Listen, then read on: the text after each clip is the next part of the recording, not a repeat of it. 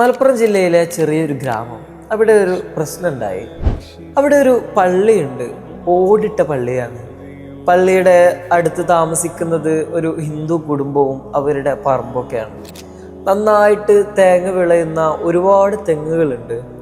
അതിൽ ഒരു തെങ്ങ് കൃത്യമായി അതിൻ്റെ തേങ്ങ വന്ന് വീഴുന്നത് ഈ പള്ളിക്ക് മുകളിലാണ്.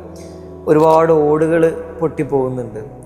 പള്ളി കമ്മിറ്റിക്കാർ വന്നിട്ട് ഈ അമ്മയോട് പറഞ്ഞു, അമ്മേ, ആ തെങ്ങൊന്ന് മുറിക്കാൻ പറ്റിയാൽ നന്നായിരുന്നു. അമ്മക്ക് വിരോധമൊന്നും ഉണ്ടായിരുന്നില്ല. പക്ഷേ അമ്മയുടെ ഒരു മകന് കാര്യമായിട്ട് വാശിയായിരുന്നു. അങ്ങനെ തെങ്ങ് മുറിച്ചില്ല. ആ നാട്ടിൽ അത് വലിയൊരു പ്രശ്നമായിട്ട് മാറി. പ്രശ്നപരിഹാരത്തിനായി അവരെല്ലാവരും പാണക്കാട് സെയ്ദ് മുഹമ്മദ് അലി ശിഹാബ് തങ്ങളുടെ വീട്ടിലെത്തി.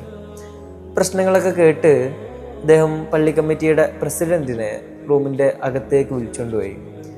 അവിടെ നിന്ന് കുറച്ച് നോട്ടുകെട്ടുകൾ എടുത്തിട്ട് ആ പ്രസിഡന്റിൻ്റെ കയ്യിൽ വെച്ച് കൊടുത്തിട്ട് തങ്ങൾ പറഞ്ഞു, പള്ളി പൊളിക്കണം.